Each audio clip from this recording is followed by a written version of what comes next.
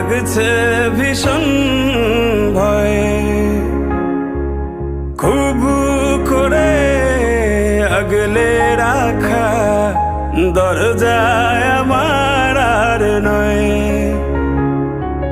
চেনা গলি ছাড়তে যে আজ লাগছে ভীষণ ভয়।